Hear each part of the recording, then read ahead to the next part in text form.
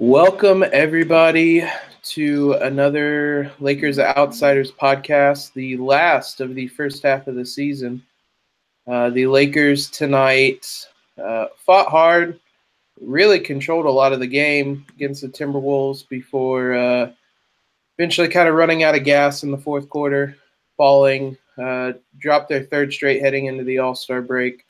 We're going to talk a little bit about the game, talk about the first half as a whole, and kind of look forward a little bit to the second half. With me tonight are Hani and Anthony, who actually joined at the beginning of the show and not at the middle point of it. Anthony, this is lame. I prefer joining late because you guys all get really angry when I join. Trust me, Anthony, I'm already angry. How big or how surprised were you to see Randall dominate Cat and prove he's the best Kentucky big man in the league? Is that to me or to Hani? To you. Oh. You were the one tweeting tonight, I believe, weren't you? I was. Man, I'm dying. I probably shouldn't have done this. My voice is like yelling at me right now. But I thought it was. I kind of predicted. I forget which show it was on, but I said that I thought for sure it would be a fun matchup between Cat and Randall in the same way that it was a fun matchup between Porzingis and Randall. And so in that respect, it was kind of fun to watch the two clashes of styles, where Randall was just pretty much just, I'm going to beat the ever living piss out of you, and Cat is more of, ironically, a cat. It was actually like dog versus cat. It was kind of funny, but they Randall, I think, got the better of Towns tonight, even though Towns' team won the game. I thought that had a lot to do with Jamal Crawford randomly catching fire and Jimmy Butler just being the best player on the court. I think, like, the knock on Randall was always that he isn't going to do well against length, and once again tonight he just keeps showing you that actually, yeah, he's okay against length so long as he's allowed to play physically. You kind of saw a little bit kind of how much he's matured. I think in the past he just would go straight bully ball, just try to go through Cat's chest most of the night. Didn't do that quite as much. He had a couple plays. I know that one in the fourth, late in the shot clock, he just kind of ran over him. But I don't know. I think we'll talk a little bit about it. I think that this first half has really shown how much he's matured as a player. The other big takeaway, big player from tonight was Zubac out of nowhere, 19 and 11. Hani, what's it like on Zubac's Island right now? Listen, I'm not saying that Zubac is the best center in the NBA, mostly because that would be a disservice to him because he's actually the best player in the NBA. But no, it was really cool. It was kind of a flashback to last year when we were all so excited about Zubac and how he played as a rookie. He obviously hasn't had a whole lot of opportunity this year and hasn't looked super great when he has, but it was a really, really good performance from him. And it's kind of nice to have that kind of in the back of our head that, hey, we have this big guy who's shown some really good flashes in the NBA. We don't know what he can be, but he's still got a lot of untapped potential. And I'll throw out a question right here that somebody asked us on Twitter. I'll throw it to you, Anthony, first. At Coco Delphs, I believe is how it's pronounced, said, do you think Luke should give more minutes to Zubac now in the second half of the season? I guess what's kind of your takeaway moving forward with how Zubac played? I think the short answer is yes, right? Zubac should play more. Thomas Bryant should play more. But I also think, like, this team isn't playing for draft picks, obviously. And wins help in the department of culture, of chemistry, of figuring some things out. And yes, Zubac was really good tonight. And for, I would say, over the course of their 2 minutes, Zubac was probably better than Brook Lopez. It was close. But the Lakers, like, this was the point that I made on the intro to tonight's show, is that they the Lakers desperately need some kind of veteran help. KCP, you never know if he's allowed to play out of state, or if he is playing out of state, if he's actually there. Like, it's just the entire team is so founded on young guys that it's really hard for them to be as consistent as you would like to see a team that is focused on wins to be in. And so, yes, I think in the big picture, it would be great for Zubac to play more and for Thomas Bryant to play more. But you also need to balance that out with, you do still need to play your best players more often than not, because the wins that you get will help the psyche of the team, and then it will also help the headlines that are written about the team as they try to make pleas to LeBron and to Paul George and to whomever they try to. And one other thing that we'll talk about tonight's game, I don't want to spend too much time on it because it wasn't all that fun to watch, especially in the fourth. At Jimmy Carr, I believe, or Jimmy Carr on Twitter, said that Kuzma needs to be able to impact the game when his shot's off, playmaking or defense. He's really been struggling, I think, with his shot about the last month, it seems. I guess what's just kind of your take, Hani, on how Kuzma played tonight? It's played the last couple weeks now. Yeah, his shooting has definitely been down, which I think we all should have. If we didn't, we should have expected, because he wasn't going to shoot otherworldly like he was to start his NBA career. That said, though, I kind of disagree with that point that they're making, because I think Kuzma's shooting going down has kind of coincided with him actually doing a lot of other stuff better. He still obviously needs to work on that, and that was like my big struggle with him early on in the year, was that if he wasn't scoring, he wasn't doing anything else. But I think he's turned into a much better playmaker recently. I think his rebounding has been better, and I think his defense, outside of tonight where he was not good, but his defense has been improved. It's still very much a work in progress, and he's not good on that end of the floor, but he's been a lot more active. He's blocked some shots every once in a while in some games, and I think that's something that is kind of promising about his future, is that he's kind of working on his all-around game despite being as good of a scorer as he's been. Yeah, I also wanted to add on Kuzma. I wanted to add on Kuzma that the entire team, this is where you start to see the injuries start to pile up. And as Hani said, that Kuzma has been doing more of the other things that are not scoring, and he's been asked to do that because for half of the time that Lonzo has been out, Tyler Ennis was playing, and then now you're now playing with Isaiah Thomas, who yes, he isn't singularly to blame for the defense, but he does a lot of things out there defensively that other guys on the court have to make up for, and for a team that's exhausted and just trying to get to the All-Star break, poor Kuzma and the rest of the guys. Like you saw Ingram, I think it's not a coincidence that his pull-up mid-range jumpers have gone way up, and it's because they have had to make up for Lonzo's injury and the guys that have taken Lonzo's minutes.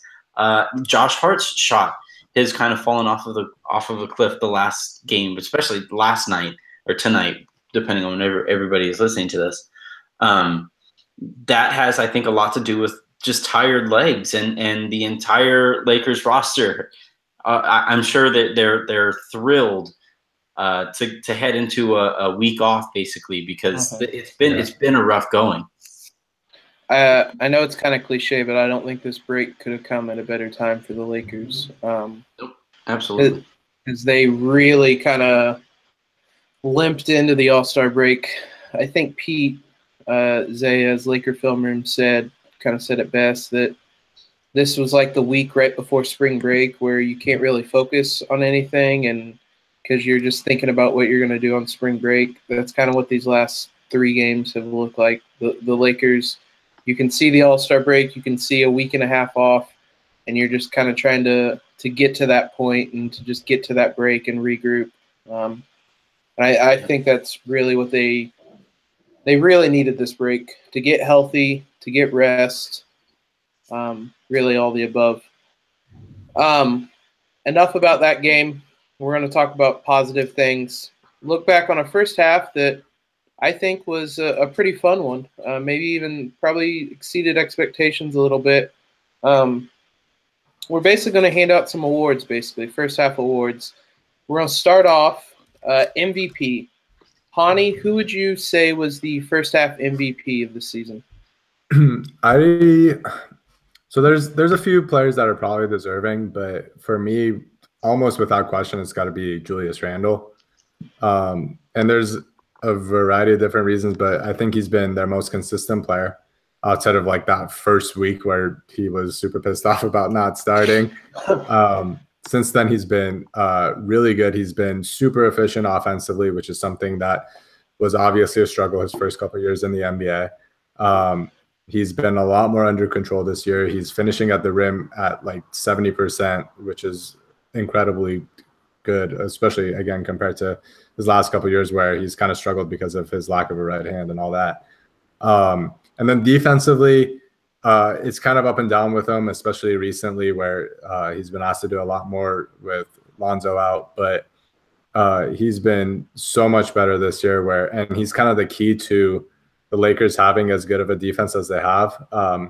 Again, this is bad timing because they've had 3 straight games of bad defense, but they've been an above average defensive team all year, which is something none of us expected. And I think Randall's improvement, both as a shot blocker and a guy that can switch out on the perimeter and harass guards a little bit, I think that's been the biggest key to that being as good as it has been. I would say Randall would be my MVP selection too.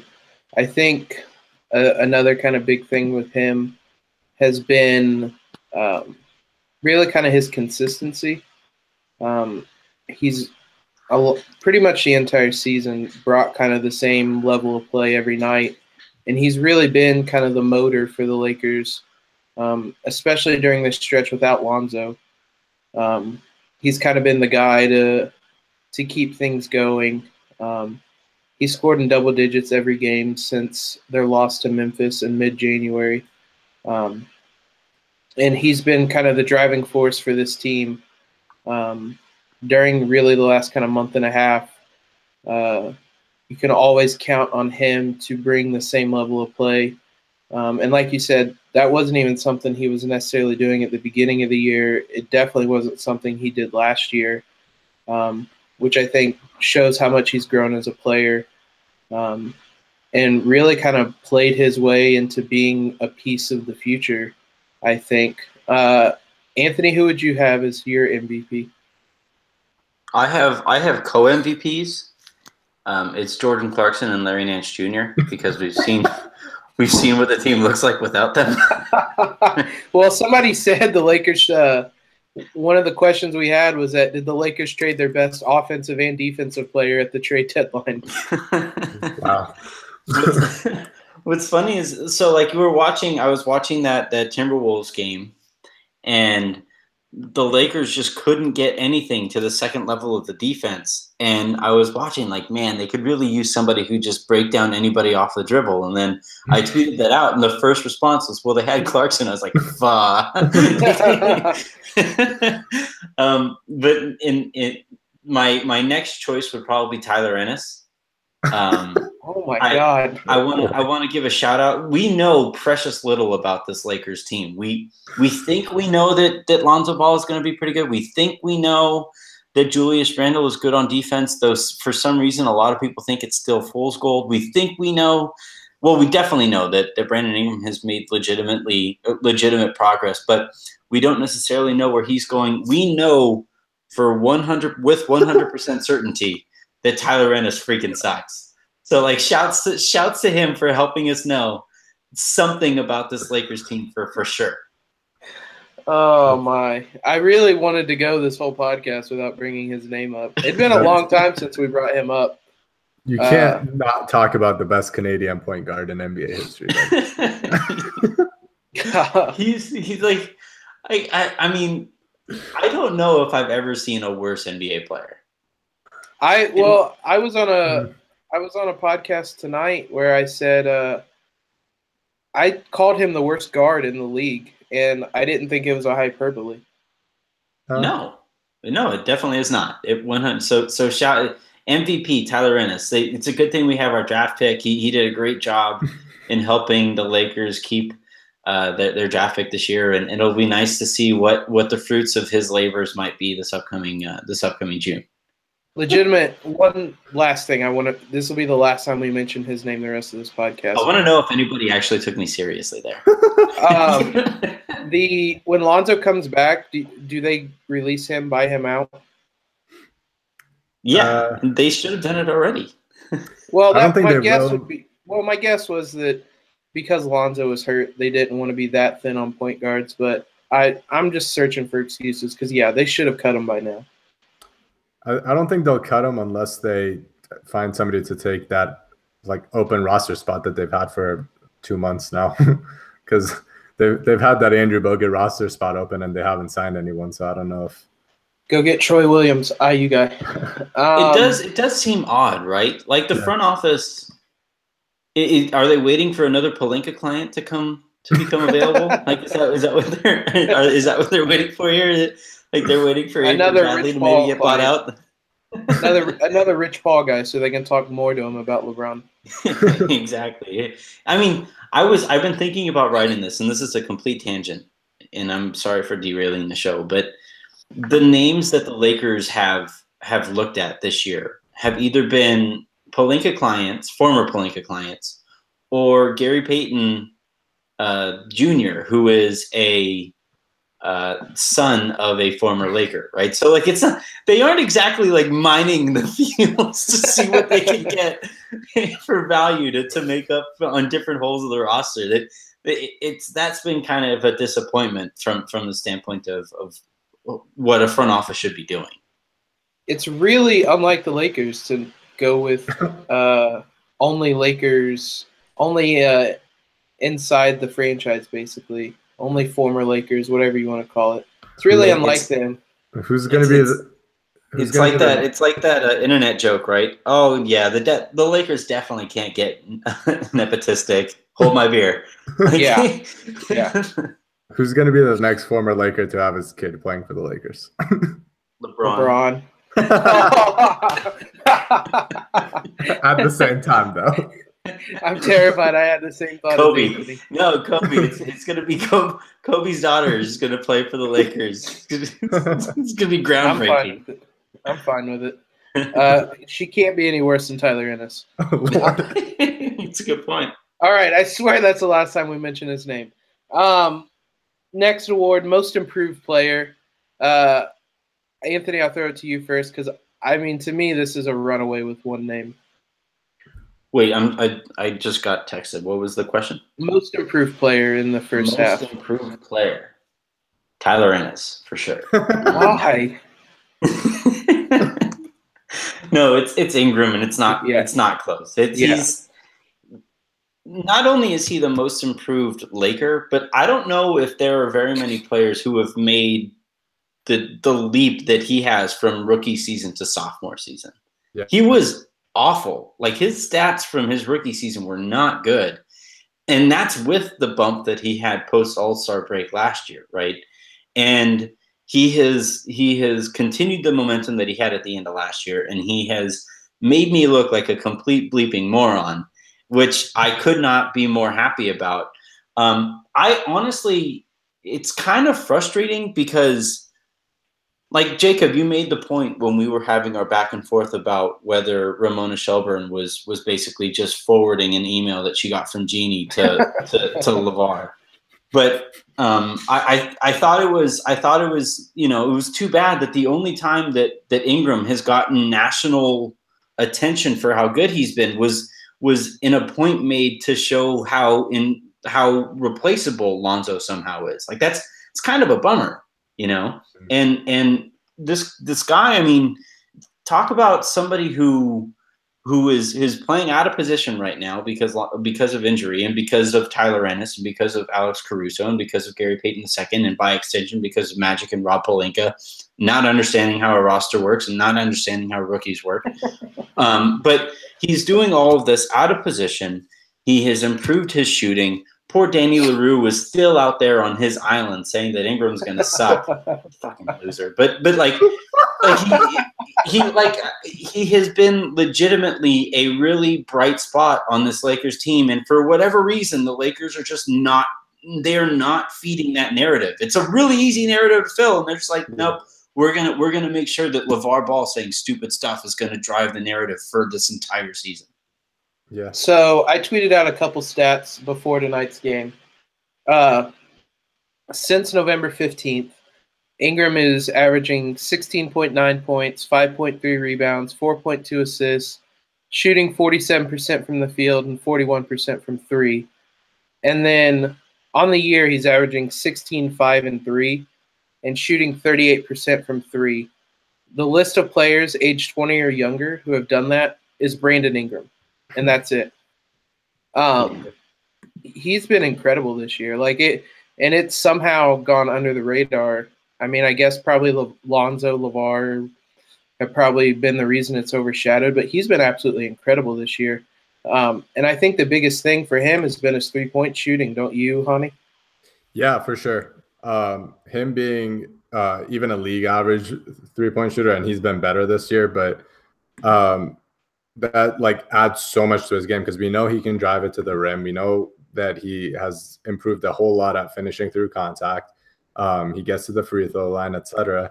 Now that he has a shot and can keep defenses honest, it's just adding so much more to his game. And I just randomly thought of this while you guys were talking about it, but the guy that they played tonight, Jimmy Butler, is kind of like the poster child of just a ginormous improvement from one year to another. So I was just looking at those numbers. Between Butler's third and fourth year is when he kind of blew up. He improved his scoring by 6.9 points per game. Nice. About 7% or 6.5 percentage points better from the field. About 7 or so or 8 or so percentage points from the 3-point line. And if you look at Ingram's, he's about 6.7 points per game better. He's shooting about 6 percentage points better from the field and about 9 percentage points better from three. So it's kind of like that similar of a jump, at least offensively. And he's doing it between his first and second year, which is just, I mean, it's so promising. And we have no idea where his ceiling is going to be. So you're saying Ingram is the next Jimmy Butler? I'm saying he's better than Jimmy Butler. Yeah, I mean, he did it between his first and second year. Now, Jimmy had to wait till his third year. Yeah, what a bum. Yeah. Ingram has been unreal. And he's probably the guy that I've become most excited about, along with Randall, with this team. And I honestly think you may be able to make them co-MVPs for the first half of the year. They both have been so good. Ingram's just kind of turned it to another level. And like you said, him playing point guard the last, I don't know how many weeks it's been, 2-3 weeks, and doing this makes it even more incredible. Playing out of position, playing as a primary creator. He's been so good. Last thing on the first half of the year, your biggest surprise and your biggest disappointment. Anthony, I'll throw it to you first. My biggest surprise is the defense. Just in general, that they have been think about what Luke Walton is asked to do. That he has a team made up of veterans who are invested in only their future, right? Like KCP, if you were to really hold a gun up to his head, he would say, my priority this year is doing whatever I possibly can to get a long-term deal at season's end, right? Same goes for Brook Lopez. That's their job. I can't even begrudge them for thinking that way. And then the other half of the roster is a bunch of kids, and somehow the Lakers, it's probably dropped because of the last 3 games, but I'm sure they're still right near top 10 defensive efficiency, right? I would imagine they're 13th. I was going to say 12 or 13. So that's astonishing, frankly.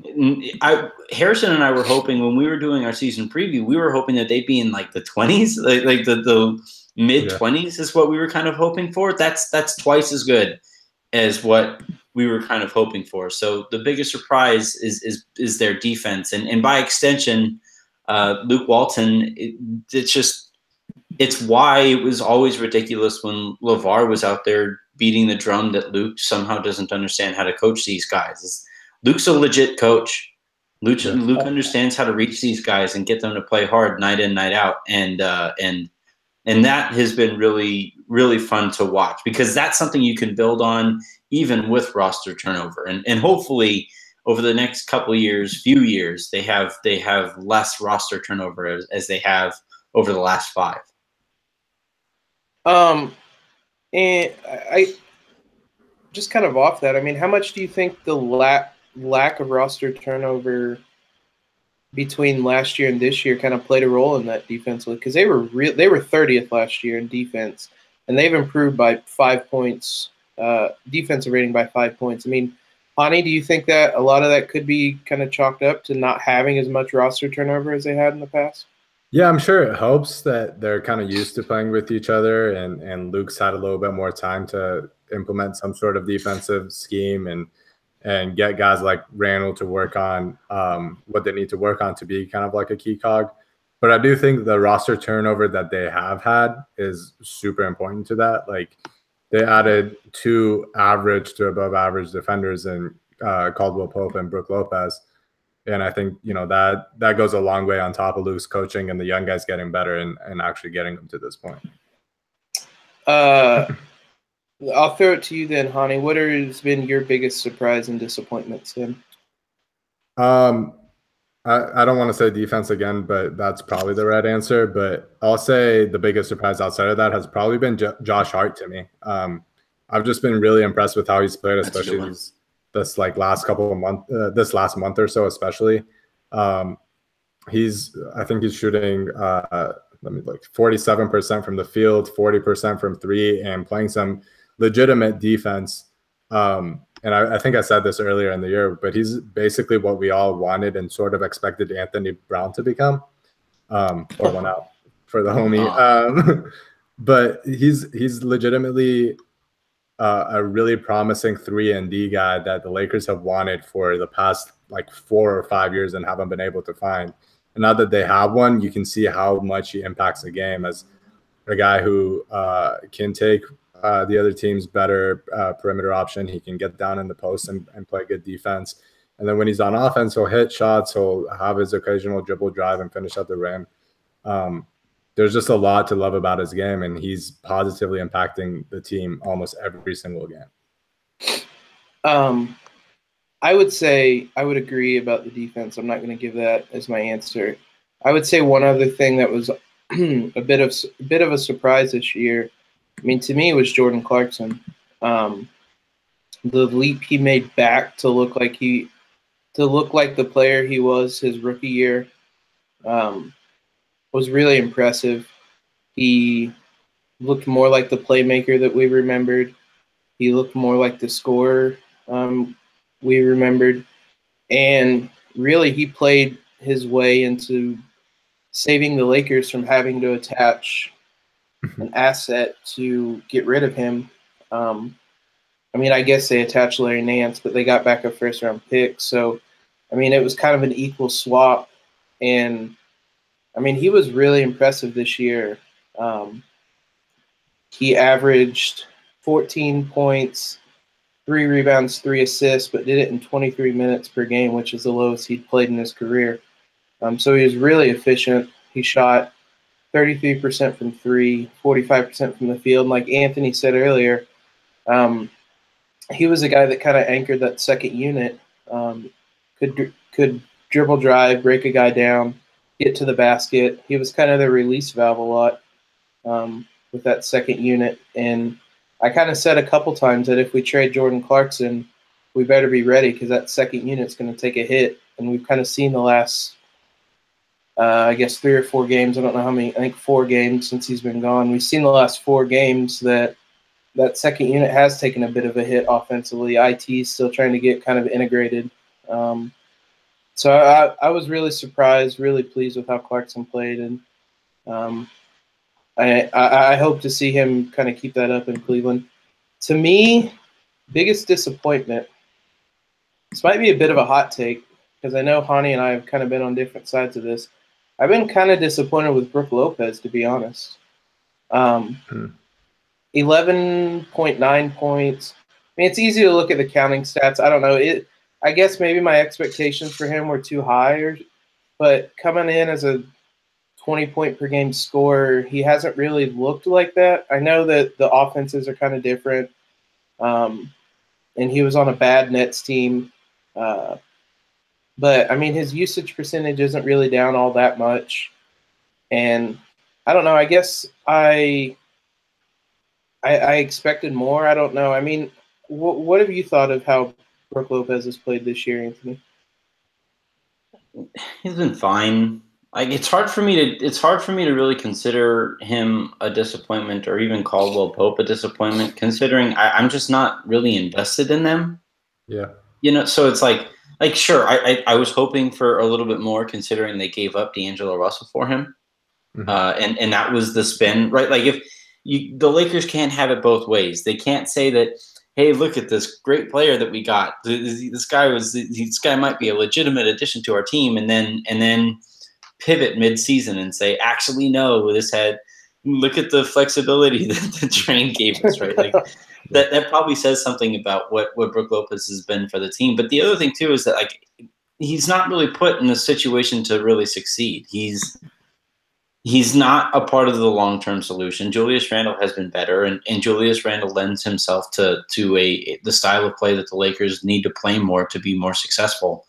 And so he's just kind of like a plug-and-play big, but he is better than that, right? So I think I agree with you in terms of what I was hoping for when they made the trade for him, but considering the way this could have gone, like a player with his resume could make a hell of a lot of noise when it comes to his role on this team, and he isn't. So I guess that's really all the Lakers would really be hoping for at this point.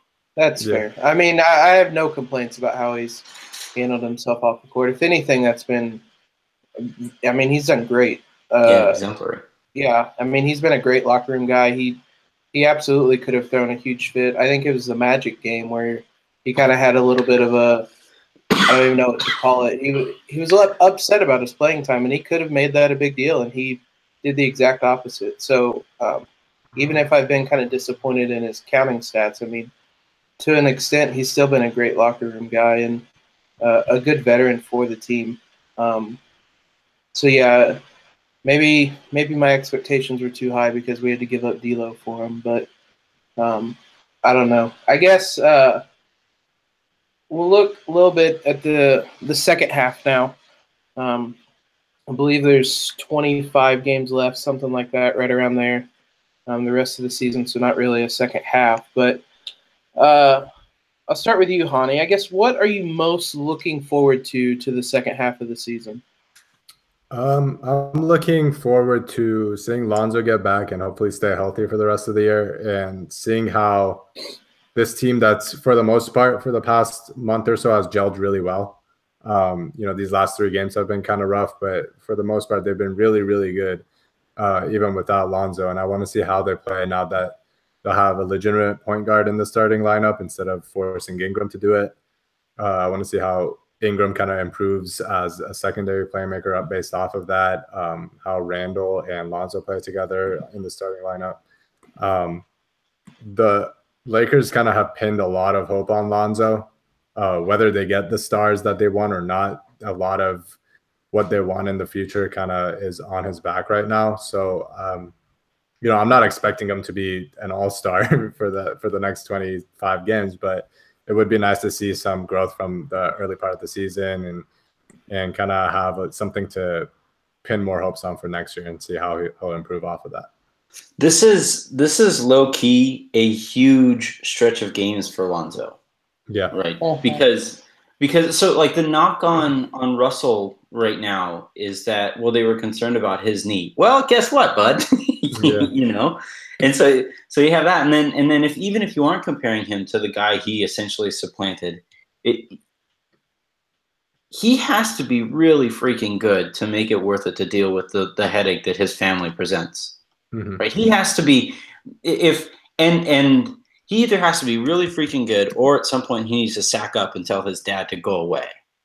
Right. And I'm not expecting that of a 20-year-old kid right now, but at some point, you know, as he gets a little older, as he gets a little bit more mature, as he realizes the implications of the stuff that his dad says, at some point he's going to have to say something to him. And either he talks with his game or he talks using words. And the best way for him to do this is to talk using his game. And that's why it's really important that he returns as soon as possible. And he returns and plays in something close to the way he was playing before he went out for a month. Yeah. Right. So these next 25 games or 26 games, whatever it is, are going to be incredibly interesting from that standpoint, because the Lakers are going to be, look, if I'm the Lakers, any sales job that they're going to have, whether it's to LeBron, to Paul George, to DeMarcus Cousins, whatever, it's going to be, okay, here's a big ass bag of cash, right? That's going to be step one. But then they're going to say, step two is we have another big bag of cash that we can offer to somebody, whether it's a free agent right now, or it's somebody who is not currently on the free agent market, but somebody that you would want to play with, right? Mm-hmm. And if LeBron says, all right, yeah, I want to play with Anthony Davis, well, it's going to take Lonzo, right? It's probably going to take Lonzo and Ingram and Kuzma to get Anthony Davis. And if Lonzo plays really well, he makes that decision tough on the Lakers. But if LeBron was to present that hypothetical to the Lakers right now, that's not even a question. It's not. And that was what I gleaned from the article that was released today by Ramona Shelburne, was that like that was a shot across the big baller boat, right? That was the Lakers ownership, that was Magic, that was Pelinka, that was the entire front office making sure everybody knows, no, actually Lonzo isn't anything compared to what the Lakers are. And if you continue to be this headache, we can replace him rather quickly, especially at the request of somebody who shows up and legitimizes this organization, right? Like that. And so these next 26 games, that's the number one thing I'm going to watch for is Lonzo going to make that decision difficult? And he has a long way to go to do so. I think an interesting thing that Ramona pointed out in the piece that I've kind of thought about as well, this stretch that they've went on without him, I think may make things a little easier when he comes back, because he had some unreal pressure put on him from day one. Like Magic's telling him, save me records. And I'm just like I was like, at the time I'm thinking, this is insane. The fact that he went out and they actually looked good without him. She said something like he went from being the center of the universe to just another planet in the solar system, which makes sense. I still think he's a really big planet in the solar system, but there isn't nearly as much pressure on him now to be the guy and to make this team good, because they were without him. He can just kind of step in, play his role, and maybe not have quite as much pressure to make the team look good, basically. So what you're saying is he went from being the sun to you're an anus. So, Hani, I'm sorry, goodbye. Yeah. Hani, give me one hot take for the second half of the season. Good Lord. Sorry, I'm still thinking about that joke. I'm trying to ignore it. Shoot. I'll cheat a little bit and make my hot take about the offseason. And I guess it'll be that I think the Lakers are going to retain Julius Randle on a long-term deal. And part of me is just like after that trade deadline, after like hearing for 4 months that they were going to trade him, the fact that they didn't, whether, you know, that's obviously partially dependent on what offers they were getting for him. But I think the fact that they didn't means that they see value in keeping him. And the second part of that is now they have an attainable path to getting their 2 max contract spots without doing anything. They can basically just stretch Luol Deng and save a little bit of money elsewhere, and they're good to go. So I think they're seeing his value on this team, whether it be as a starter moving forward or as a super bench guy. Once they get stars, if they do, I think they've kind of turned around and seen that he's a valuable part of this core. I feel like people are way overthinking the Randall thing, because like, to me, it's pretty simple. The market isn't going to be there for him to get a monster offer. Right. Even if he does and he gets that monster offer, fine. Like, you let him walk in that situation and you kind of move on. But the if there are 5 teams with cap space this year. Yeah. Philadelphia is going to go out of their way to sign Julius Randle. Like, Chicago was going to go out of their way. Dallas might. Like, that's the team that everybody points to as the team that might, but they've already. Why would you, if you're Dallas or any team with legitimate cap space, tie up that cap space with a contract that takes 3 days to actually make work, right? Mm-hmm. And now you lost the advantage of having that cap space in the first place, right? And so, like, to me, the Lakers are sitting in a pretty great spot here, because all they have to do is basically ride the season out. They did a good job of they it sounds like, based on reports and based on stuff that I've heard, that they said Julius Randle is worth this. He is worth a first-round pick, period. End of conversation. And they weren't getting first-round pick offers for him. And I think it was a mistake on the parts of a lot of these teams across the league. But they never got that first-round pick offer. And now they get to go into a offseason or an offseason with zero money out there for the dude to make. And it wouldn't shock me at all if he winds up taking the qualifying offer, which gives the Lakers an extra $10 million? $7 million, about, roughly. Well, seven based on his cap hold, right? Yeah. His cap hold will be about $12 million, and the qualifying offers, I think, 5.4. Right. So the qualifying offer saves him $7 million in that gap, as you're talking about it. But the qualifying offer in most off seasons, I would say he would probably get $15 million, right? Like, do you think he's more or less valuable in a vacuum than Jordan Clarkson? I would say more, right? Yeah. And so you could be saving just, and you'll wind up having to pay him anyway. But this upcoming offseason, being one that they have targeted, the Lakers could save upwards of $10 million on keeping Randle.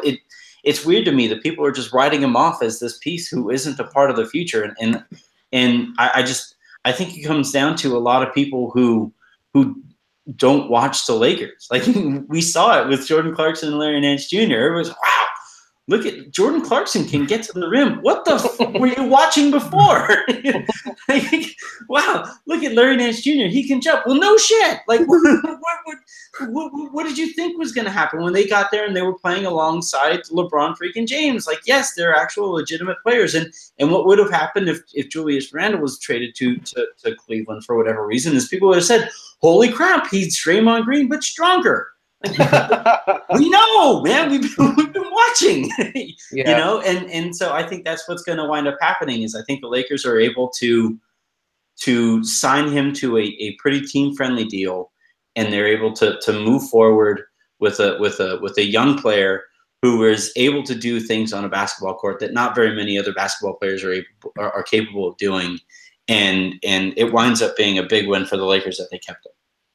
I think the last point on Randle, the Lakers I probably just kind of lucked into the fact that I don't think anybody, kind of as you said, is going to immediately give Randle that big offer sheet because they're going to be sitting there waiting on LeBron and Paul George and Boogie too. Because if a team wants to sign them and needs to clear cap space, it's probably more valuable to try to get an asset from one of those teams rather than tie up your cap space for 3 days on a Julius Randle offer sheet that you probably aren't even going to get him with. The Lakers probably will match it. So, well, in those 3 days, they can talk to LeBron. Yeah. Like in those while those 3 days, while they're waiting for, to make their decision on Randall, they can talk to LeBron, they can talk to Paul George, and they can do so without tampering, and they can figure out what the next steps are going to be. It's weird to me how many people are flabbergasted at what the Lakers did with Julius Randle when, one, he's really freaking good, and two, he is somebody who good teams are going to want on their roster. Yeah. Anthony, what's your hot take for the second half of the season? My hot take for the second half of the season is that Isaiah Thomas should probably get bought out. Oh, wow. Yeah, I would have went the other way, but go on. Well, all right. So you keep Isaiah Thomas for one reason and one reason only, in my opinion. If you keep him around, you let him come to the LeBron James sales pitch meeting, and you tell LeBron, you get to be the person who gets this guy out of Los Angeles. Like that's the only reason you keep him on the team, because that's just a little extra that, a little sprinkling on the cake, if you will. But look, the problem with having an Isaiah Thomas on the team is that you are going to be coaxed into thinking that you can be the team that revives his career. And I think his career at this point is beyond revival. We've watched 3 games of him. Well, 2 games and 5 minutes of him at this point. And I was watching him in Cleveland because for whatever reason I thought that the contracts would match up pretty well, and it seemed logical that he could be a Laker at some point. For whatever, didn't have any sourcing on it, but I just thought that was a direction that could go in potentially. Mm-hmm. And I watched him out there in Cleveland, and he hasn't been able to get any kind of separation. Even when he's going around screens, what you're seeing is he comes around a screen, he goes to pull up, and he winds up having to make that jump pass because he is immediately guarded, and he either wouldn't get the shot off, or if he did get the shot off, it wouldn't be a good shot. And so what you're kind of seeing is this is the beginning of the decline, and 5-6 point guards tend to decline rather rapidly, and so long as he is on the roster, the coaching staff is going to think to themselves, well, we got to get this guy going at some point. We got to figure this out. We got to find a place for him in the rotation. And I just, frankly, and this is going to sound like a hot take, but I actually believe it, he will never be a rotational player in the NBA for the rest of his career. Not on a good team. I just don't think he's going to be good. And I would much rather Josh Hart get more minutes. I would much rather Alex Caruso get more minutes. Isaiah Thomas is not the kind of guy that I think lends himself to any kind of success. And again, what it all comes down to is the Lakers need to win a few games over the I'd like to see them go something close to 500 over their last 26 games. And I just don't think you can do that with Isaiah Thomas playing rotational minutes. And you also can't bench him. Like you can't if Isaiah Thomas is on your team, you can't bench Isaiah Thomas, right? Yeah. And so I would much rather just waive him before the whatever March deadline it is, so that he can join another team and a playoff team if he wants. But I think the Lakers are better off without him, and that's not an indictment of the trade. The big value that the Lakers got in that trade wasn't Isaiah Thomas, it wasn't Channing Frye, it was the cap flexibility, and it was the first round pick, which I was shocked that Rob Pelinka didn't refer to it as manna from heaven, right? Because that's those were the 2 key assets that they got in that trade. And if you trade for Isaiah Thomas and you waive him, I think it's a smarter move than trying to keep him and show that you got some kind of return on a 27th overall pick and a 46th overall pick. You did your return. You got your first round pick back. You just cut your losses and move on. I honestly was considering the opposite being my hot take, that he would kind of return to form. I don't think they should buy him out because I don't. Even if you need to give Caruso or Gary Payton II or whoever more Josh Hart more playing time, I think Isaiah has a skill set that none of those guys have. He can be a scorer. And I also think there's really – I mean, he's an expiring contract, and you only have 25 games left. There really isn't, I don't think, a point to buying him out unless you have somebody on the market that you want to bring in and you need to buy him out. So I think it's – I mean, as a bench player, sixth-man type, especially with Lonzo coming back, I don't really see any harm in keeping him around for 25 games. It's certainly a hot take, though. He requires too much change from what the Lakers have done to be successful to this point, right? Like he pounds the basketball into the ground. You can't switch with Isaiah Thomas the way that the Lakers have switched defensively all season. Like he's such a stark contrast to what the Lakers have done to be even relatively successful to this point that I just don't think he's worth it. I don't think he's worth when I say headache, people are going to think that somehow he's bad in the locker room. I don't think he's going to be bad in the locker room. He has no choice. If he's bad in the locker room, then his career is just over. But when I say headache, I mean strategically, he is a headache because he forces Luke Walton to once again completely rethink a lot of the concepts that have gotten the Lakers to this point right now. Yeah, that's interesting. I don't think they will, but I mean it's an interesting point, and I can see some of the reason behind it. I'll switch up my hot take because mine was honestly going to be the opposite of that. I will say, like I said earlier, the Lakers are 13th in defensive rating. I will say they will finish top 10 in defensive rating, which would be honestly astounding. They're only 0.6 off 10th, and they're going to bring back Lonzo for hopefully the final 25 games. But they're bringing back Lonzo, who is, at least according to defensive rating, been their best defender. I think he'll add a little something, probably less IT minutes, less Corey Brewer minutes, and those guys are objectively bad defenders. And if the Lakers finish with a top 10 defensive rating, even if they finish where they are now, 13th, there needs to be tons and tons of praise heaped on Luke Walton for getting them to that point. Because I remember Dylan has reminded us multiple times, his hot take before the season was that the Lakers would have a top 25 defense. They're probably, barring some kind of collapse, they're going to finish in the top 15 at the worst. So they're going to have basically an above-average defense, which is just crazy to think about, especially considering – like I think one of you mentioned earlier, KCP and Brook are like one-year guys that basically are playing for their next contracts. And to get them to buy in the way that Luke has defensively, I think I tweeted it the other night. He really hasn't gotten enough credit, Luke hasn't, for turning the defense around the way he has.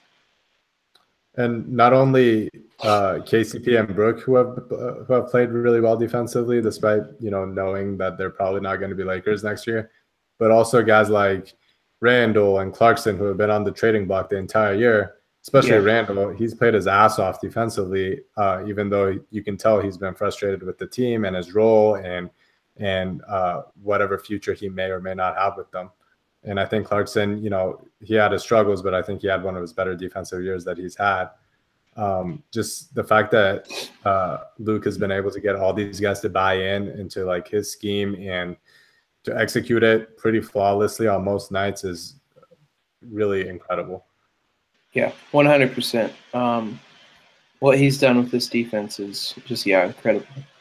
Last thing, I'll get all three of us to give our final prediction for our record for the whole season. So basically, how many wins do you think we'll finish with?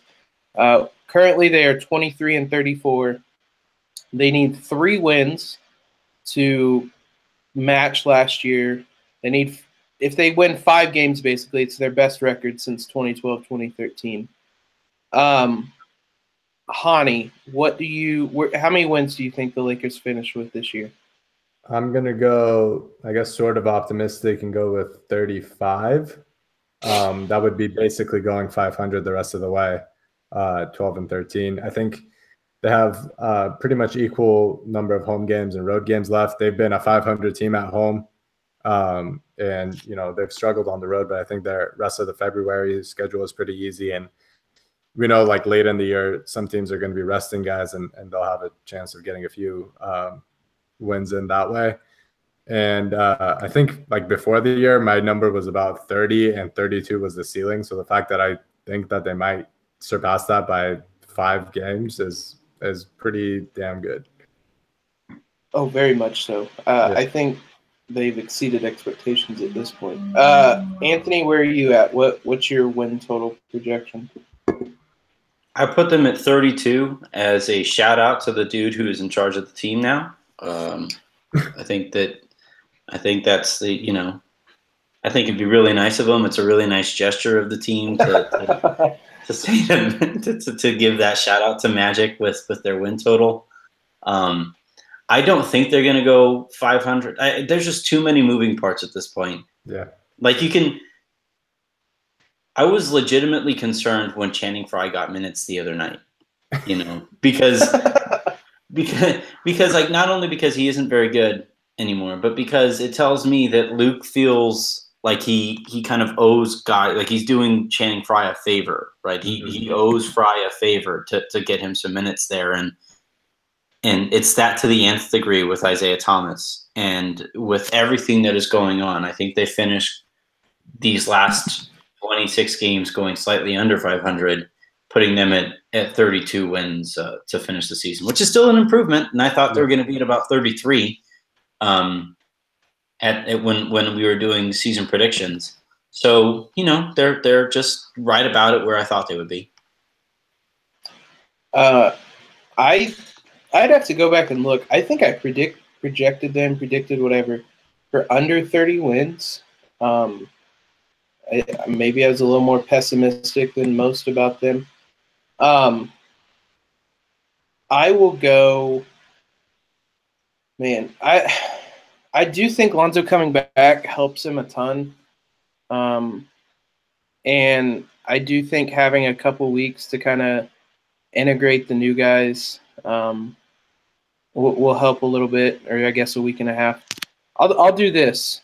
PG's number 13, LeBron's number 23, add them together. The Lakers will finish with 36 wins. They'll go 13 and 12, which is 500 basically, and they'll be light years ahead. I like it. I like it. 36 wins would be incredible. We either get 32, or we get one more win, finish it at 24, and play the rest of the games in the Mamba jerseys. I kind of like those jerseys. I wouldn't be against it. Well, actually, no, just go 32 because that's 8 and 24. That's fine. That works too. There you go too. Yeah. Hashtag Mamba mentality. Yeah. Hashtag RE24PECT or ECT. Oh my God. I think that'll do it for tonight. Thank you, Anthony, for coming on, and you only had really one terrible joke, so good job.